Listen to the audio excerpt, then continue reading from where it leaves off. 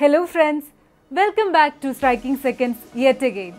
We are hopeful that you all are enjoyed our comprehensive coverage in the run-up to the 2022 World Cup to be held in Qatar from November 20th.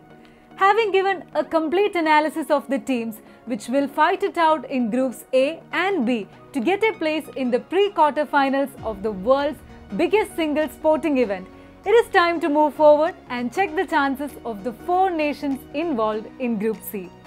The World Cup per se is one which could be played only in accordance to the cards that has been already dealt. But prior to that, let me humbly request you all to like, share and subscribe to our channel, committed to bring to you all the news and views as it occurs across the world, straying from the beaten path of journalism in a refreshing manner. Now, as we pick up the subject on hand, it is a well-known fact about the teams which we make up Group C in Qatar. The draw in Doha in April last, which did not throw up any major surprise, has put together two-time champion Argentina, the almost regular participant in Mexico, Saudi Arabia and Poland together, raising the threshold question of which country will join the South American powerhouse in the round of 16. There could not be any doubt on Argentina's chances at this stage or beyond, which in 2021 took the Copa America in style and is one of the strong favourites this time around. Winner of the coveted home in 1978 at home and then again in 1986 inspired the legendary, the one and only Diego Maradona, whose awesome brace against England still reverberates across the footballing world. Argentina, in more ways than one, had bucked the trend of great attacking players of diminishing across boundaries. For years, the question was how many of the illustrious strikers could be accommodated, and the tendency always has been to shake the pot too often while trying to find a winning combination. It is against this background that we need to strictly analyze Argentina's chances in this World Cup, particularly in the wake of its triumph in the Copa America last year.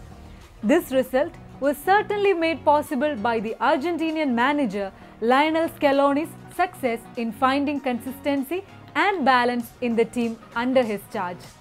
The Copa America success put to an end to a long and frustrating trophy drought suffered by Argentina in the international stage, the trigger for change being dictated by the class act of Lionel Messi, who reversed the previous dynamic and playing better for his country than his club to bring about at long last the expected result.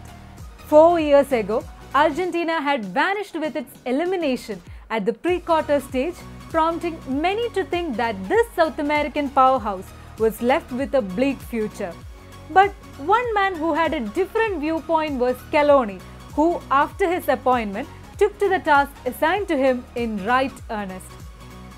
He, as we know now, was able to find new men for each position and give them time to settle in and rally around the team's figurehead and icon Messi.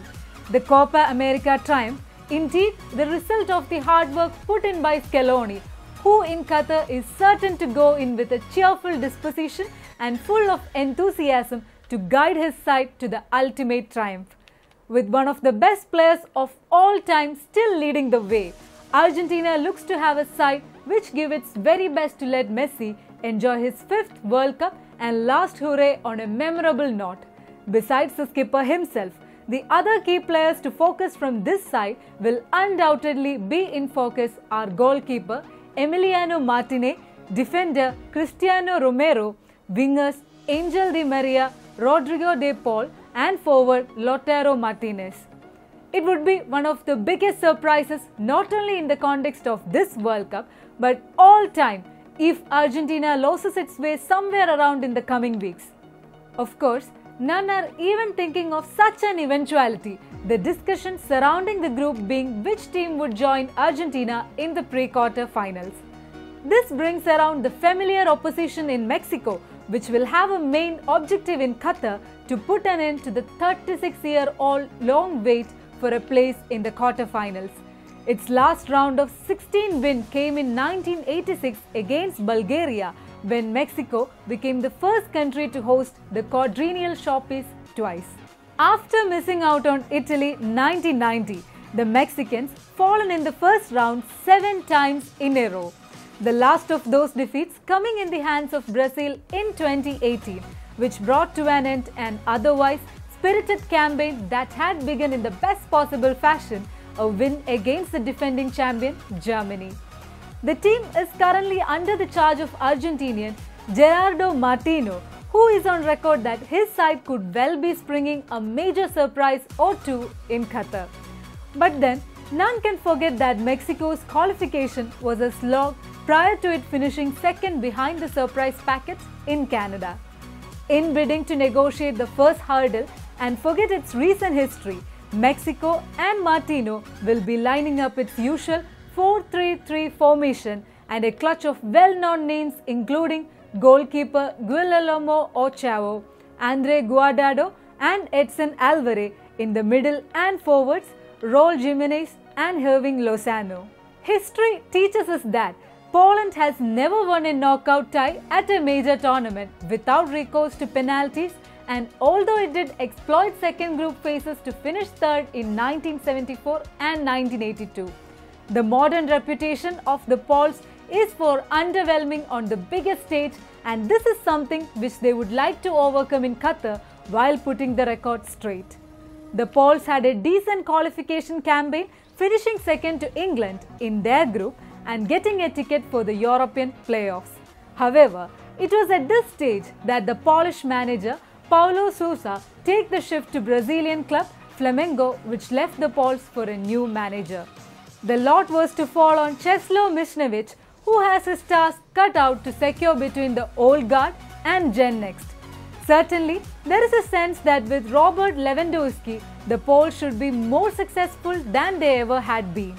Besides, the Barca forward, the Polish side has several mainstays, but the key players could still be goalkeeper Thomas Szczesny, central defender Jan Bednarek, defensive midfielder Gregor Krychowiak, and the attacking midfielder Peter Zielinski. Should these players get their act together, the Poles may be thinking of a dream campaign. Of much interest initially would be whether the much decorated Lewandowski could find his first World Cup goal. In the case of Saudi Arabia, it would be its 6th World Cup campaign in Qatar.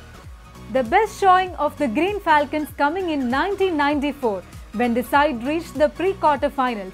The side had failed to qualify both for 2010 and 2014, but on return in 2018, the Saudis again made a limp first-round exit.